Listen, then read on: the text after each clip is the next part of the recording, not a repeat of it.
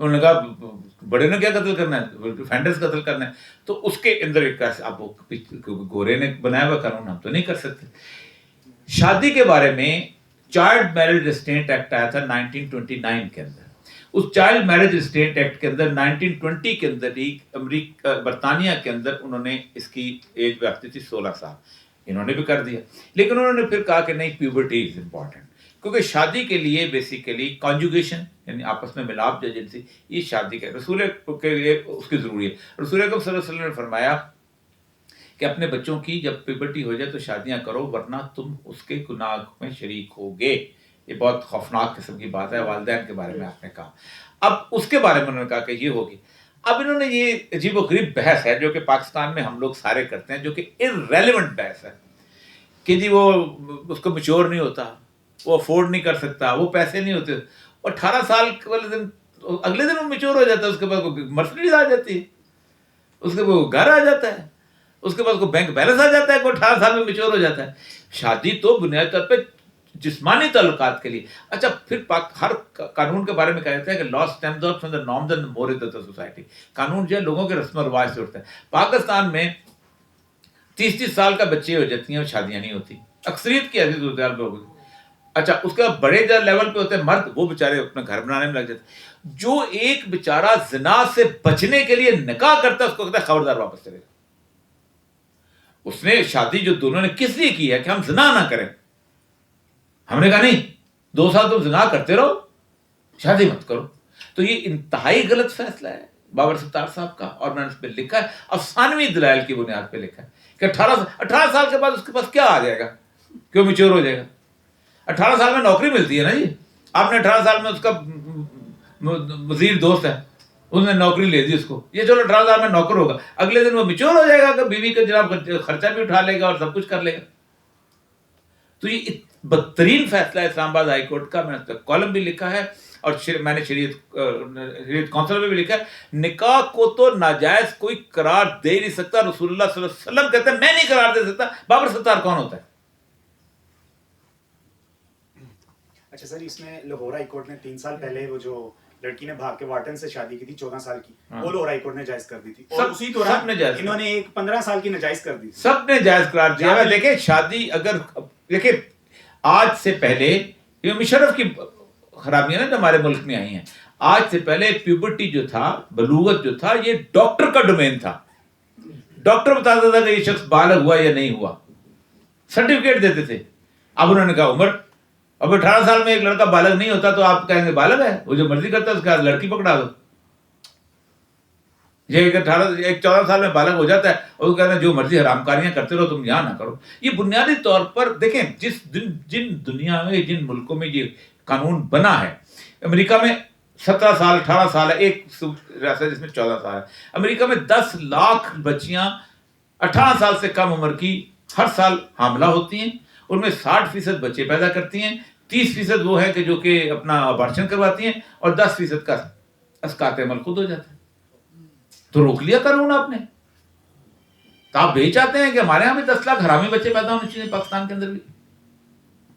یہ تو جج صاحب نے بہت غلط فیصلہ کیا ہے, اور کوئی نہیں, آواز کوئی نہیں اٹھ رہی. مجھے اس پر کی بات کی بڑی تکلیف ہوتی ہے. جی سر, میرا کویشچن یہ ہے کہ آپ نے اکتوبر میں ایک آرٹیکل لکھا تھا لاہور میں شاہ ولی اللہ رحمۃ اللہ کا کی فکر کا امین, اور ابھی آپ نے کچھ ٹائم پہلے ذکر کیا کہ یہاں پہ بہت سی تنظیمیں ہیں اور یہاں پر کوئی بھی سسٹم کے حوالے سے جدوجہد کرتا ہوا نظر نہیں آتا. اور اس آرٹیکل میں آپ نے یہ کہا کہ شاہ ولی اللہ رحمۃ اللہ کی جو فکر ہے اس پر یہ بندہ کام کر رہا ہے, یہ تنظیم کام کر رہی ہے. تو یہ کال آف فیل میں بارہا آپ کے کال میں نے کسی تنظیم کے بارے میں یہ نہیں کہا کہ کام نہیں ہو رہا. سارے کام کر رہے ہیں, نظریاتی سطح پہ بھی, باقی جگہ پہ. جو کام ہونا چاہیے, فار ایگزامپل جو صاحب کام کر رہے ہیں, کیا انہیں میں آج وزیر اعظم بنا دوں تو کیا ان کے پاس پاکستان کے ایجوکیشن سسٹم کا کوئی نقشہ موجود ہے کہ جس کے اندر پہلی کلاس سے لے کے ایم اے تک پورے کا پورا سلیبس موجود ہو؟ کیا ان کے پاس کوئی اس قسم کا سسٹم موجود ہے کہ جو ایجوکیٹرز کا ہو کہ وہ تمام ٹیچرز کو ٹرین کر سکیں؟ کیا ان کے پاس کوئی ایسا نقشہ موجود ہے کہ اس سارے کے سارے سول سروس کی ٹریننگ کے لیے ان کے پاس باقاعدہ موڈولز موجود ہوں اور سول سروسز اکیڈمی اس کے حساب سے بنا سکیں؟ کیا ان کے پاس کوئی نقشہ موجود ہے کہ 480 کے قریب جو 490 کے قریب پاکستان کے قوانین ہیں اس قوانین کو ایک دم اگلے دن وہ اس کو تبدیل کر کے رکھا ہو اور وہ کر دیں؟ اس کے بعد کیا ان کے پاس کوئی نقشہ موجود ہے کہ پاکستان کے اندر ہمارا جو پینل کوڈ ہے، ہمارا جو CRPC ہے، اس کے اندر کیسے اس کو تبدیلی کیا جائے؟ کیا ان کے پاس نقشہ موجود ہے کہ ہمارا جوڈیشل سسٹم ہے اس کو ریپلیس کرنے کے لیے ججوں کی کوالیفیکیشن کیا ہوگی، ججوں کی ٹریننگ کس قسم کی ہوگی، ججوں کی اکیڈمی کس قسم کی ہوگی، ججوں کی صلاحیت کیا ہوگی؟ نہیں ہے۔ اس طرح معاشی نظام، اصل مسئلہ یہ ہے کہ سارے اچھے لوگ ہیں، سارے اچھا کام کر رہے ہیں، لیکن جو کام کرنے والا ہے وہ اس کام کے اوپر کوئی توجہ نہیں ہے۔ ضیاء ولی اللہ صاحب نے بہت بڑا کام کیا، لیکن شاہ ولی اللہ صاحب کا کام 300 سال پرانا ہے۔ شاہ ولی اللہ کے سامنے اس وقت 1696 میں بینکنگ کا لائسنس دیا تھا انہوں نے۔ کس نے؟ راکشیلڈ نے لیا تھا، بینک آف انگلینڈ کا، اور اس وقت بھی صرف اس کو یہ لائسنس ملا تھا کہ تم ایک پرومزری نوٹ جاری کر سکتے ہو۔ اس پرومزری نوٹ کو اخلاقیات کی سطح جو دی ہے وہ 1945 میں برٹن ووڈ ایگریمنٹ نے دی ہے۔ شاہ ولی اللہ نے اس سودی نظام کے اوپر گفتگو کی، لیکن کیا ان کے زمانے میں برٹن ووڈ تھا؟ نہیں تھا۔ ہم نے کیا جواب دیا؟ تو میرے قول و فعل میں کوئی تضاد نہیں۔ مجھے یہ اس قسم کی یعنی سر ہم یہ کہہ سکتے ہیں آپ نے شاہ ولی اللہ کا امین انہیں اگر کہا تو شاہ صاحب کا جو فقہ کلی نظام ہے یعنی کہ اس پر یہ کام نہیں کر رہے، اگر کام کر رہے ہیں تو پھر ہمیں ان کو نہیں۔ شاہ صاحب دیکھیں تمام فقہ امین کہہ رہے ہیں، تمام امین تو صرف شاہ ولی اللہ کس کے امین تھے؟ شاہ ولی اللہ امین تھے امام ابو حنیفہ کے۔ دوسرے امام ابو حنیفہ کس کے امین تھے؟ صحابہ اکرام کے۔ صحابہ اکرام کس کے امین تھے؟ سید الانبیاء صلی اللہ علیہ وسلم کے۔ یہ تو چین ہے، شاہ ولی اللہ خود اینٹی نہیں ہے، یہ تو چین ہے۔ اس چین کے اندر کیوں تبدیلی؟ کیوں شاہ ولی اللہ نے قرآن پاک کا ترجمہ شروع کیا؟ کیوں ترجمہ شروع کیا؟ ضرورت تھی، ٹھیک ہے نا؟ میں سمجھتا ہوں کہ ضرورت نہیں تھی۔ میں بنیادی طور پر اس کو ایک فقہی غلطی سمجھتا ہوں شاہ ولی اللہ صاحب کی۔ آپ اپنے بچوں کو کیمسٹری پڑھاتے ہو، آپ اس کو انگریزی پڑھاتے ہو، آپ فزکس پڑھاتے ہو، آپ اس کو انگریزی پڑھاتے ہو، آپ اس کو پائلٹ بناتے ہو، آپ اس کو انگریزی پڑھاتے ہو۔ آپ قرآن اپنے ترجمے میں چھوڑ دیا۔ اس وقت ضرورت تھی، انہوں نے محسوس کیا، اللہ ان کو جزا دے، کمال کر دیا۔ آج دنیا پوری ترجمے کی بنیاد پہ چل رہی ہے، لیکن ترجمے کی بنیاد پہ ہوا کیا ہے کہ ہمارے ہاں وہ جو علم قرآن پاک کا تھا اور جو قرآن پاک کا میرے اوپر نزول ہونا تھا، میں نہ اس کو انجوائے کر سکا، نہ اس کے حساب سے آگے بڑھ سکا۔ تو یہ ہے بنیادی مسئلہ کہ شاہ ولی اللہ کا کام موجود ہے، لیکن شاہ ولی اللہ آخر ان کے امین ہیں۔ میری ان سے ملاقات بھی ہے، بڑی اچھی گفتگو کرتے ہیں، سب کچھ کرتے ہیں، ہر چیز ہے، لیکن ساری وجہ ہے کہ اصل میں ایک بات یاد رکھیں، معیار حق سید الانبیاء صلی اللہ علیہ وسلم، کوئی اور نہیں۔ دین سید الانبیاء کا، کسی اور، نہ ابو بکر صدیق اس کا معیار ہے، نہ دل مرتضیٰ کا معیار ہے، نہ میں ان کی اتباع ہمارا معیار ہے کہ انہوں نے اس پہ چلے، ہم بھی ویسے چلیں گے۔ لیکن اطیعوا اللہ و اطیعوا الرسول، اسی لیے فرمایا فَإِن تَنَازَعْتُمْ فِي شَيْءٍ فَرُدُّوهُ إِلَى اللَّهِ وَالرَّسُولِ، اگر تمہارے کو تنازع ہو جائے آپس میں تو واپس کہاں لوٹو؟ اللہ اس کے رسول کی طرف، کسی کے پاس نہیں۔ اگر اللہ نے کوئی ایسا مرتبہ مقام ڈیزائن کیا ہوتا تو اللہ وہی بتاتا کہ فلاں کے پاس لوٹ دے فلاں۔ تو اصل مسئلہ یہ ہے کہ میری کوئی تضاد کی بات نہیں، اللہ میرے سر کے سب سر کے تاج ہیں۔ میں تو اس مولوی کو جو کہ بلوچستان کی دور دراز علاقے کے اندر کچی اس کے اندر رہتا ہے، اپنے مسجد کے اندر، اور کچے گھر میں رہتا ہے، اور چشمے سے پانی بھر کے لاتا ہے، اور صبح وہ خان میں ترزئی کے -13 کے ٹیمپریچر کے اندر اٹھ کے اور سردی میں ٹھٹرتا ہوا اذان دیتا ہے، وہ میرا ہیرو ہے،